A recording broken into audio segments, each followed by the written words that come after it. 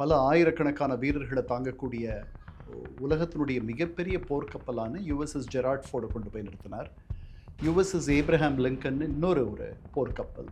இதற்கெல்லாம் எக்கச்சக்கமாக செலவாகும். அதாவது ஒரு நாளைக்கு ஒரு கப்பலுக்கு ஆகிற செலவு கிட்டத்தட்ட 60 கோடி ரூபாய். அவருக்கு அது ஒன்றும் பெரிய துன்பமாக இல்லை. அவர் அதை பண்ணியிருக்கார். பல ஆயிரக்கணக்கான வீரர்கள் அங்கே இருக்காங்க அந்த 2 கப்பல்கள்லேயும். அந்த கப்பல்களில் பல டசன் கணக்கான விமானங்கள் நிறுத்தி வைக்கப்பட்டிருக்கின்றன. அதிலிருந்து மேலெழும்பி அவர்கள் போகலாம், கீழிறங்கி வரலாம். அவ்வளோ பெரிய ஓடு பாதைகள். இதெல்லாம் ஒரு 2-3 மாதங்களாகவே அவர் அந்த படை குவிப்பை பண்ணிக்கிட்டு இருந்தார். அந்த கடைசி 3 நாள் இவர் கலந்துக்கிட்டு என்ன பண்ணார், நட்டான்ஸ், ஃபோர்டோ, அதுக்கப்புறம் எஸ்பஹான், இந்த 3 இடங்கள்ல இருந்து அணு ஆயுத கூடங்கள், அது பூமிக்கு ஒரு மைல் கீழே இருக்கிறதா இருக்கு. அந்த கூடங்களை தகர்க்கக்கூடிய 15,000 கிலோகிராம், அது 30,000 பவுண்டு எடையுள்ள குண்டுகளை வைத்திருக்கக்கூடிய ஒரே நாடு அமெரிக்கா. பங்கர் பஸ்டர் பாம்ப்ஸ்ன்னு அதுக்கு பேர். பங்கர் பஸ்டர் பாம்ப். பகலில் பொதுவாக தாக்க மாட்டாங்க அப்படின்னு ஒரு எழுதப்படாத விதிமுறை இருக்குது.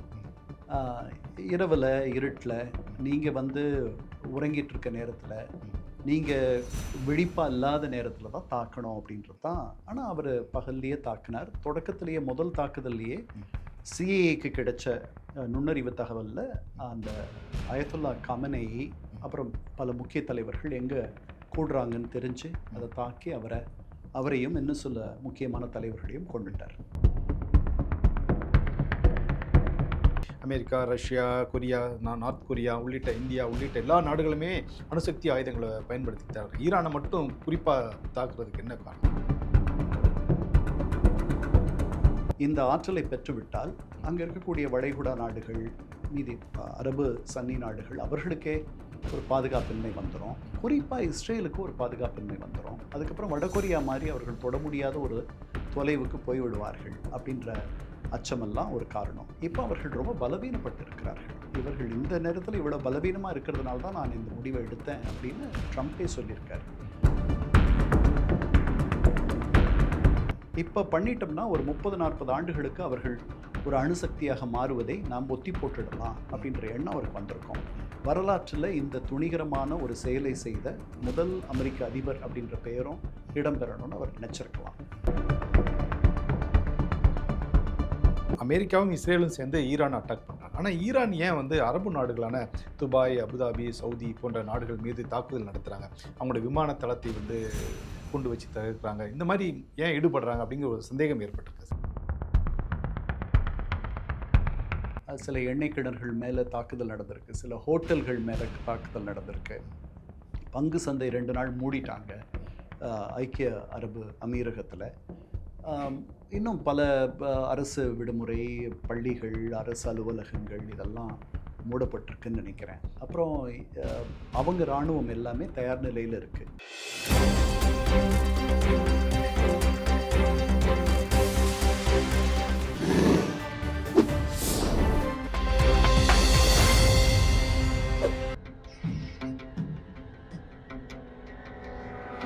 தமிழ் அலை நேயர்களுக்கு வணக்கம். இன்றைய சந்திப்பில் நம்மோடு இணைந்திருப்பவர் ஐக்கிய நாடுகள் சபையின் முன்னாள் உயரதிகாரி திரு இரா கண்ணன் அவர்கள். அவர்களை வரவேற்பதில் மகிழ்ச்சி. வணக்கம் சார். வணக்கம் ரமணி.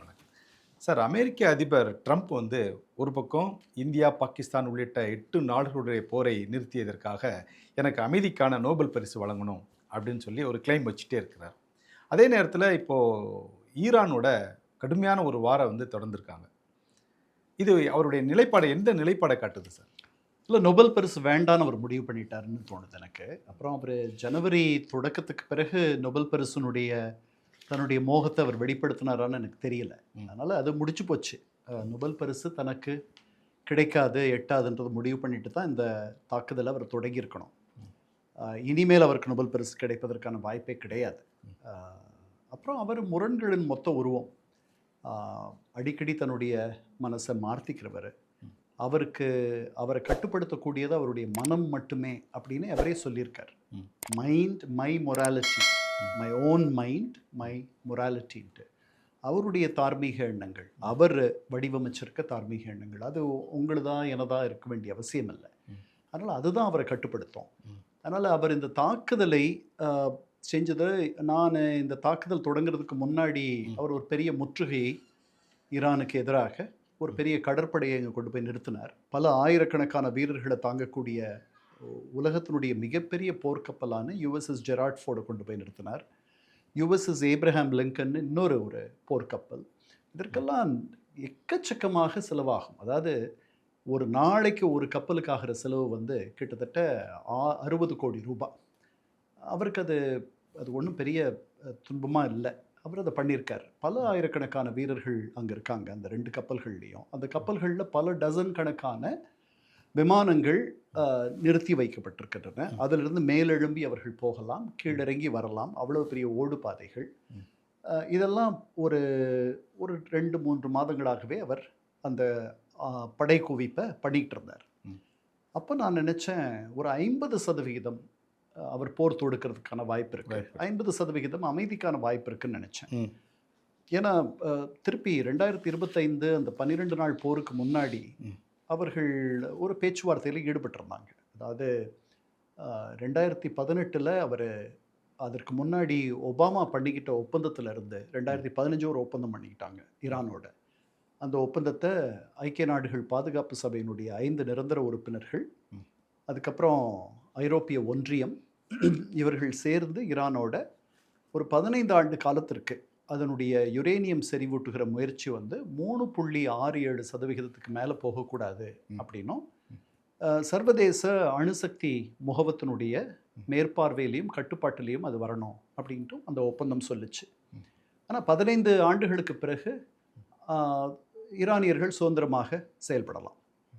இதை காரணமாக சொல்லி அவர் என்ன சொன்னார், இது மிக மோசமான ஒப்பந்தம்னு சொல்லிட்டு 2018 அவர் அதிபராக இருந்தபோது வெளியே வந்துட்டார். அதுக்கப்புறம் பேச்சுவார்த்தைகள், நான் அதை விட நல்ல ஒரு ஒப்பந்தத்தை பண்ணுவேன்னு சொல்லி ஆரம்பித்தார். 2025 பேச்சுவார்த்தைகள்லாம் நடந்துச்சு. அதுக்கப்புறம் இஸ்ரேலியர்கள் அவர்கள் அந்த 12 நாள் போரை ஈரான் மீது தொடுத்தார்கள். அந்த போர் எப்படி நடந்துச்சுன்னா, அக்டோபர் 7, 2023 ஹமாஸ் இஸ்ரேலை ஒரு அதிரடி தாக்குதலுக்கு உட்படுத்தியது. அந்த முற்றுகையும் அதிரடி தாக்குதலும் 1200 பேர் இறந்துட்டாங்க. பல பிணை கைதிகள், 200க்கும் மேலேன்னு நினைக்கிறேன், பிணை கைதிகள் அவர்கள் கொண்டு போயிட்டாங்க. அதற்கு பிறகு அப்படி கொண்டு போன ஹமாஸுக்கு இவர்கள் உதவி செய்கிறார்கள் ஈரானியர்கள்னு சொல்லிட்டு அந்த 12 நாள் போர் தொடர்ந்துச்சு. இப்போ அந்த கடைசி 3 நாள் இவர் கலந்துக்கிட்டு என்ன பண்ணார், நட்டான்ஸ், ஃபோர்டோ, அதுக்கப்புறம் இஸ்பஹான், இந்த 3 இடங்கள்ல இருந்து அணு ஆயுத கூடங்கள், அது வந்து பூமிக்கு ஒரு 1 மைல் கீழே இருக்கிறதா இருக்கு. அந்த கூடங்களை தகர்க்கக்கூடிய 15,000 கிலோகிராம், அது 30,000 பவுண்டு எடையுள்ள குண்டுகளை வைத்திருக்கக்கூடிய ஒரே நாடு அமெரிக்கா. பங்கர் பஸ்டர் பாம்ஸ்ன்ட்டு அதுக்கு பேர், பங்கர் பஸ்டர் பாம். அதை எடுத்துகிட்டு வந்து அதை தாங்கக்கூடிய, அதை தூக்கிட்டு போகக்கூடிய விமானங்களும் அவங்கக்கிட்ட தான் இருக்குது. அவங்க வந்து அதை 3 நாள் தாக்குதல் தொடர்ந்து நடத்தினாங்க. அவர்களுடைய அணு ஆயுத ஆற்றலை முழுவதுமாக நாங்கள் தகர்த்து விட்டோம் அப்படின்னு சொன்னார். அதுக்கப்புறம் போன டிசம்பரில் இருந்து ஜனவரியில் அங்கே அந்த இஸ்லாமிய அரசுக்கு எதிராக பல எதிர்ப்பு குரல்கள் வீதிகளில் தோன்றின. அவங்க அதை ரொம்ப நசுக்க முற்பட்ட பொழுது இவர் என்ன பண்ணார், அவங்கள நீங்கள் ரொம்ப கடுமையாக நசுக்குனீங்கன்னா நான் தலையிடுவேன், I am cocked and locked and ready to go அப்படின்னார். அதாவது நான் துப்பாக்கியை விசையை அழுத்தி வைத்திருக்கிறேன், தோட்டாவை போட்டு வைத்திருக்கிறேன், உங்களுக்கு எதிராக நான் வந்து நடவடிக்கை எடுக்க வேண்டியிருக்கும்னார். அதை எந்த நேரத்திலும் தயாராக இருக்கிறவங்க அப்படின்னு சொன்னார். ஆனால் அவர் எதுவும் பண்ணலை. அதில் இப்போ இருக்கிற இந்த அரசே வந்து 3000 பேர் இறந்துட்டாங்கன்ட்டு ஒத்துக்குது. அதுக்கு மேலே நிறைய பேர் இறந்துருப்பாங்க. அப்போ அவர் தலையிடல அவர் சொன்னபடி. ஆனால் அவர் தலையீட்டின் பேரில் தூக்கு தண்டனை விதிக்கப்பட்ட பல பேர் அல்லது மரண தண்டனை விதிக்கப்பட்ட பல பேர் அதிலிருந்து தப்பிச்சிட்டாங்க அப்படின்னு அவரே சொன்னார். சொல்லிவிட்டு அதனால் நான் தாக்கலை, நான் சொன்னபடி நடந்துக்கல அப்படின்னார். இதுக்கிடையில் February 6 3 சுற்று பேச்சுவார்த்தைகள் ஒமானில் முதல்ல, அப்புறம் 2 சுற்று பேச்சுவார்த்தைகள் ஜெனீவாவில் நடந்துச்சு ஒமானிகளுடைய துணையோடு. அந்த பேச்சுவார்த்தைகள் கடைசியாக நடந்தது February 26 ஜெனீவாவில். அந்த பேச்சுவார்த்தைகளுக்கு பிறகு ஒமானி வெளியுறவு அமைச்சர் பதர் அல் புசைதி அவர் என்ன சொன்னார், சிறந்த முன்னேற்றம் வந்திருக்கு, சிக்னிஃபிகண்ட் ப்ரோக்ரஸ் அப்படின்னாரு. இவர் என்ன சொன்னார், அப்பாஸ் அராக்சி ஈரானினுடைய வெளியுறவு அமைச்சர், நல்ல முன்னேற்றம் அப்படின்னார். ஆனால் அமெரிக்க தரப்புல இருந்து அது ஒரு வியாழக்கிழமை அவர்கள்கிட்ட இருந்து ஒன்றும் பெரிய செய்தி எதுவும் வரல. ஸ்டீவ் விட்காஃப் அமெரிக்க அதிபருடைய தனித்தூதர், அவர் எதுவும் சொல்லலை. அடுத்த நாள் வெள்ளிக்கிழமை அதிபர் ட்ரம்ப் சொன்னார், ஐ எம் நாட் த்ரில்ட், நான் பெரிய கடிப்பாக இல்லை, ஏன்னா எனக்கு வேண்டியது அவர்கள் தர மறுக்கிறாங்கன்ட்டு. அதுக்கு முன்னாடி அவர் ஸ்டேட் ஆஃப் த யூனியன் அட்ரஸ்ன்னு சொல்லிட்டு நாட்டினுடைய நிலையை பற்றி நாடாளுமன்றத்தின் 2 அவைகளுக்கு முன்பும் அவர் ஆற்றிய உரையிலும் அதே கருத்து சொன்னார். எனக்கு இன்னும் அந்த ரகசிய வார்த்தைகளை என் காதுகளில் நான் கேட்கவில்லை. அந்த ரகசிய வார்த்தைகள் என்ன? நாங்கள் ஒரு அணு சக்தியாக மாறும் விருப்பத்தை முழுவதுமாக கைவிட்டோம் அப்படின்றது. இது வரலை. அதுக்கப்புறம் அந்த வெள்ளிக்கிழமை அன்னைக்கு மீண்டும் என்ன சொன்னார், நான் வந்து தாக்கலாம் விரும்பலை, ஆனால் சில நேரங்களில் நீங்கள் அதை செய்யத்தான் வேணும்னாரு. இப்படி சொன்ன கொஞ்ச நேரத்தில் தாக்குதல், அது அதை மாதிரி சொன்ன கொஞ்ச நேரம்னு நினைக்கிறேன். ஆமாம், கொஞ்ச நேரத்திலேயே தாக்குதல் ஆரம்பிச்சிருச்சு. காலையில் பகல் ஒரு 9:30 மணிக்கு அந்த தாக்குதல் தொடங்குச்சு. பகலில் பொதுவாக தாக்க மாட்டாங்க அப்படின்னு ஒரு எழுதப்படாத விதிமுறை இருக்குது. இரவில் இருட்டில் நீங்கள் வந்து உறங்கிட்டு இருக்க நேரத்தில், நீங்கள் விழிப்பாக இல்லாத நேரத்தில் தான் தாக்கணும் அப்படின்றது தான். ஆனால் அவர் பகல்லையே தாக்கினார். தொடக்கத்திலேயே முதல் தாக்குதல்லையே சிஏஏக்கு கிடைச்ச நுண்ணறிவு தகவலில் அந்த அயத்துல்லா கமனேயி அப்புறம் பல முக்கிய தலைவர்கள் எங்கே கூடுறாங்கன்னு தெரிஞ்சு அதை தாக்கி அவரையும் இன்னும் சில முக்கியமான தலைவர்களையும் கொண்டுட்டார். சரி சார். சார், இப்போ ஈரான் மீது அமெரிக்காவும் இஸ்ரேலும் தாக்குதல் நடத்துவதற்கான முக்கிய காரணமாக சொல்லப்படுறது வந்து அவங்க அணுசக்தி ஆராய்ச்சியில் ஈடுபடுறாங்க, அணுசக்தி வந்து ரொம்ப ஆயுதங்களை பயன்படுத்துகிறாங்க அப்படிங்கிற மாதிரி ஒரு காரணத்தை வச்சு தான். ஆனால் எல்லா நாடுகளுமே, America, Russia, Korea, North Korea உள்ளிட்ட இந்தியா உள்ளிட்ட எல்லா நாடுகளுமே அணுசக்தி ஆயுதங்களை பயன்படுத்திட்டு தான் இருக்காங்க. ஈரானை மட்டும் குறிப்பாக தாக்குறதுக்கு என்ன காரணம்? இல்லை, அவர்கள் இன்னும் ஒரு அணு ஆயுத நாடாக மாறலை. ஈரான் 9 நாடுகள் அணு ஆயுத நாடுகளாக இருக்கின்றன. பாதுகாப்பு சபையினுடைய 5 நிரந்தர உறுப்பினர்கள் அமெரிக்கா, ரஷ்யா, பிரிட்டன், பிரான்ஸ், சீனா. அதுக்கு பிறகு 60களில் ஒரு அணுசக்தியாக இஸ்ரேல் மாறி இருக்கின்றது பல நிபுணர்களுடைய கருத்து.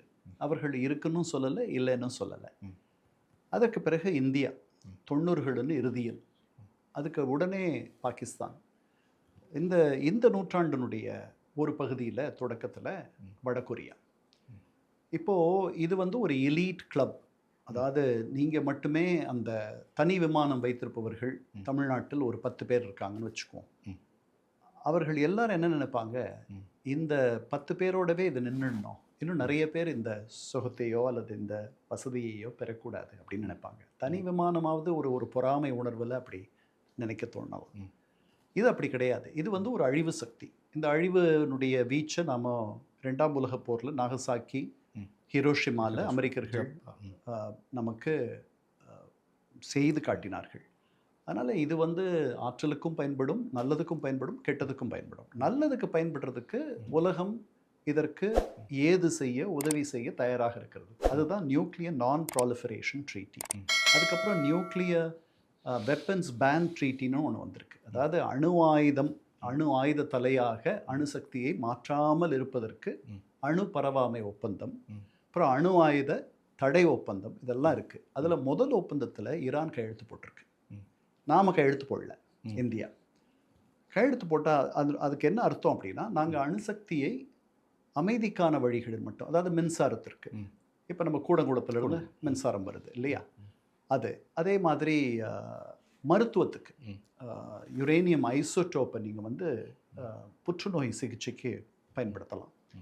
இந்த மாதிரியான இதுக்கு தான் நாங்கள் பயன்படுத்துவோம் அப்படின்றது.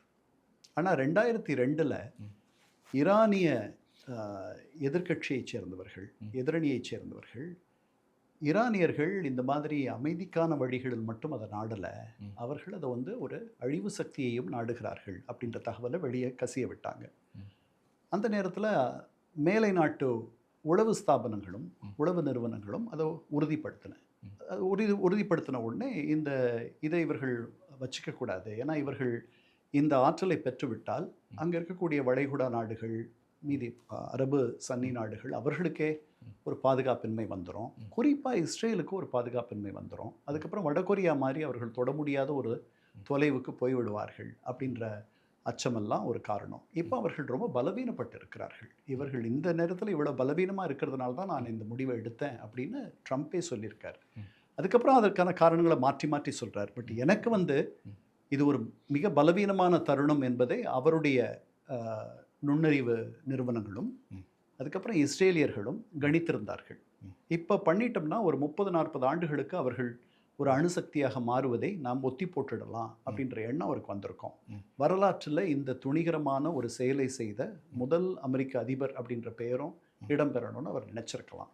அப்புறம் he seems to be trigger happy. ட்ரிகர் ஹாப்பின்னா அவங்களுக்கு தெரியும்ல, ஒரு துப்பாக்கியில் விசைய தயார் நிலையில் வச்சுட்டு அதை திருப்பி திருப்பி சுடுறது அந்த மாதிரி இருக்கார். இந்த வெனிசுவேலாவில் போய் மடுரோவை அவரை கைது பண்ணி கடத்திட்டு வந்த பிறகு அதில் பெரிய வெற்றி அவர் கண்ட பிறகு அவருக்கு ஒரு பெரிய துணிவும் இருமாப்பும் வந்துருச்சுன்னு நினைக்கிறேன்.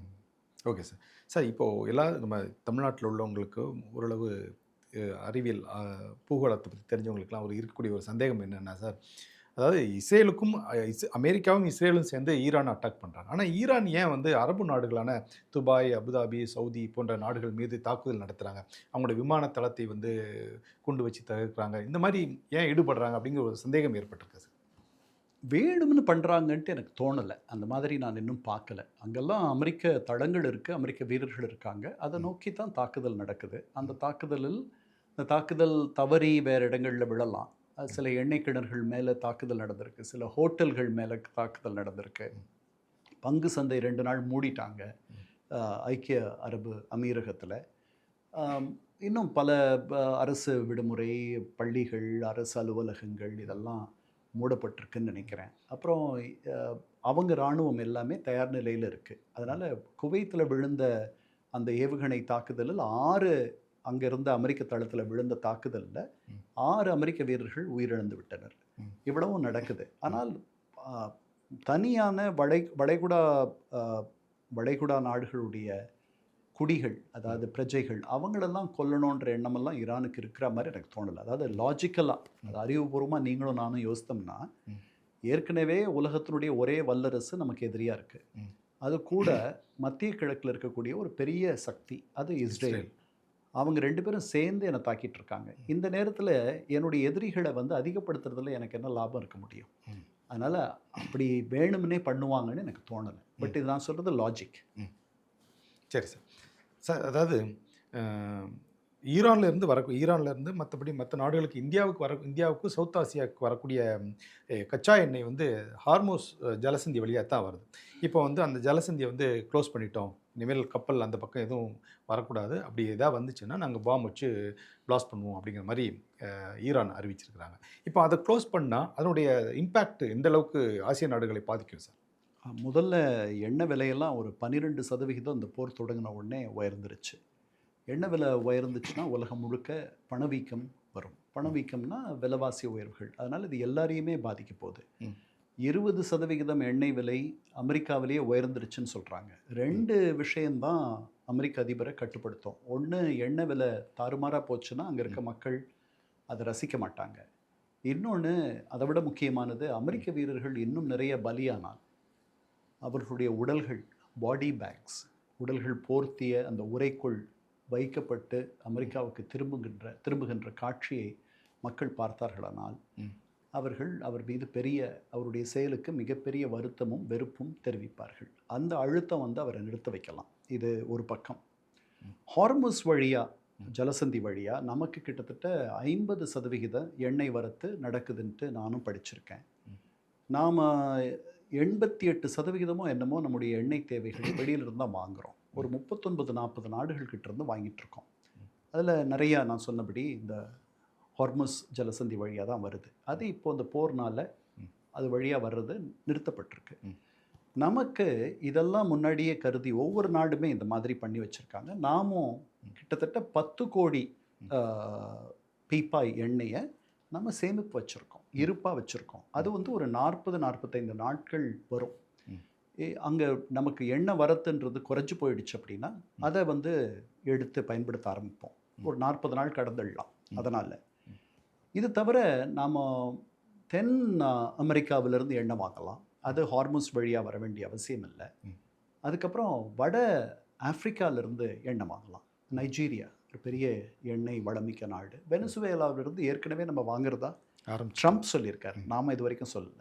அதனால ஆல்ரெடி நம்ம ரஷ்யாக்கிட்ட இருந்து வாங்கிட்டு இருக்கோம் சார். அது திருப்பி அதை நிறுத்தி அதை வந்து குறைச்சிக்கிட்டே வரோம். ம். ஒருவேளை வேற வழியே இல்லைன்னா ஆபத்துக்கு பாவம் இல்லைன்ட்டு நம்ம அதை பண்ணலாம். Okay sir. இந்த வார் அதாவது அமெரிக்கா, இஸ்ரேல், ஈரானுக்கு தான் வார் நடக்குது. நமக்கு எந்த பிரச்சனையும் இல்லைன்னு சொல்லி இங்க இருக்கக்கூடியவங்க எண்ண வேண்டிய அவசியம் இல்ல. ஒரு சூழ்நிலை இருந்தா கூட இப்போ பெட்ரோல் பங்க்லாம் பார்த்தீங்கன்னா, வரிசையில கேன் எல்லா வண்டியெல்லாம் வச்சுட்டு வரிசையில காத்துட்டு இருக்கக்கூடிய ஃபோட்டோஸ் எல்லாம் இப்போ நம்ம பேசிட்டு இருக்க இடத்துல பார்க்குறோம். அந்த மாரி ஒரு சூழ்நிலை நமக்கு அந்த ஒரு ஆபத்த வந்து இப்படி ஒரு நிலை வரும்னு எனக்கு தோணலை. ம். எந்த போரையுமே நாம் விரும்பக்கூடாது.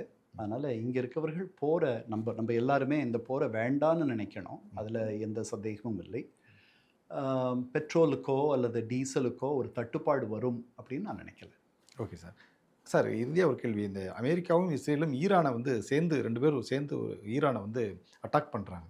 இது வந்து அந்த ஈரான் இருக்கக்கூடாது அப்படிங்கிற ஒரு எண்ணத்தில் பண்ணுறாங்களா? இல்லை ஒரு ஒரு எச்சரிக்கையான ஒரு இனிமேல் நீ அணு ஆயுதத்தை சம்மந்தமாக ஆராய்ச்சி நடத்தினோன்னா உன் மேலே தொடர்ந்து நாங்கள் தாக்குவோம் அப்படிங்கிற ஒரு எச்சரிக்கைக்காக நடத்தக்கூடிய வாரா சார் இது? இல்லை, ஈரானை வந்து ஒரு தீய சக்தியாக அவர்கள் பார்க்கிறார்கள் 2 பேரும். இந்த 1979 இந்த இஸ்லாமிய புரட்சி அரசு வந்த பிறகு ஈரானில் நடந்த பேரணிகள் எல்லாத்துலேயும் death to America, death to Israel, அமெரிக்காவுக்கு மரணம், இஸ்ரேலுக்கு மரணம் அப்படின்ற முழக்கம் வீதிகளில் ஒலித்ததை இந்த 2 நாடுகளும் பார்த்திருக்கிறார்கள். அவர்களுக்கு மிகப்பெரிய எதிரி அப்படின்னா அதில் முக்கியமானது ஈரான். 2002 ஜார்ஜ் புஷ் இளையவர் அவர் அதிபராக இருக்கும் பொழுது என்ன சொன்னார்? ஆக்சிஸ் ஆஃப் ஈவில் அப்படின்னார். ஈராக், வடகொரியா, ஈரான் இது மூன்றும் வந்து ஒரு 3 தீய அச்சு சக்திகள் அப்படின்னு சொன்னார். அதனால் அவர்களுக்கு வந்து இது ஒரு பெரிய பகைவன். இந்த பகைவனுக்கு அருள்வாய் நன்னஞ்சே பகைவனுக்கு அருள்வாய்ன்ட்டு பாரதி பாட்டு இருக்கு. அந்த மாதிரியான இடத்துல அவர்கள் இல்லை. அதனால் அவர்களுடைய இராணுவ ஆற்றலை, அவர்களுடைய போரிடும் ஆற்றலை முழுவதுமாக, அதாவது அவர்களுடைய கடற்படையை முழுவதுமாக மட்டுப்படுத்துறது, நியூட்ரலைஸ் பண்ணுறது, அதை பண்ணியிருக்கிறதா சொல்கிறாங்க. அப்புறம் வான்வழி தாக்குதலை நடத்துறதுக்காக அவர்களுடைய வான்வழி பாதுகாப்பு அமைப்புகள், ஏர் டிஃபென்சஸ் அத்தனையும் முழுவதுமாக ஒழிப்பது, அதையும் ஏறக்குறைய பண்ணிட்டதா சொல்கிறாங்க. அதுக்கப்புறம் அவர்களுடைய ஈரானியன் ரெவல்யூஷனரி கார்ட் கோர், அவங்களுடைய புரட்சிகர படைகள், அவங்க தான் இந்த பின்னாடி இருக்கக்கூடிய இந்த வன்முறைக்கெல்லாம் காரணம்னு நினைக்கிறாங்க. இவர்களுக்கு எதிர்த்து போர் செய்யக்கூடியவர்களும் நினைக்கிறாங்க. அவங்களுடைய தலைமையகத்தை அடிச்சிருக்காங்க. அதில் இருக்க முக்கியமான தலைவர்களை கொல்ல முயற்சி பண்ணுவாங்க. அதனால் ஆங்கிலத்தில் சொல்கிறதுனா it is to degrade their military capacity. அவ்வளோதான். Okay sir. நீங்கள் இந்த வான்வெளி தாக்குதல் தொடர்பாக பேசினதுனால உங்ககிட்ட இந்த கேள்வி கேட்குறேன் சார்.